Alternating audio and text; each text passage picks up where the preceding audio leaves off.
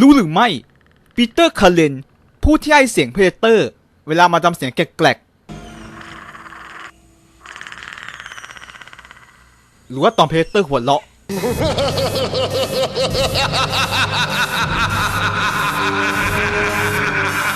ซึ่งตัวปีเตอร์ คาเลนเนี่ยตอนแรกเขาไม่เต็มใจที่จะรับหน้าที่พากย์เสียงเพเดเตอร์เพราะผลงานก่อนหน้านี้เนี่ยเขาเสียงเป็นคิงคองเวอร์ชันปี 1976 ซึ่งเป็นบทบาทที่เขาใช้เสียงมากๆจนเขาเนี่ยบาดเจ็บที่คอนะครับแต่สุดท้าย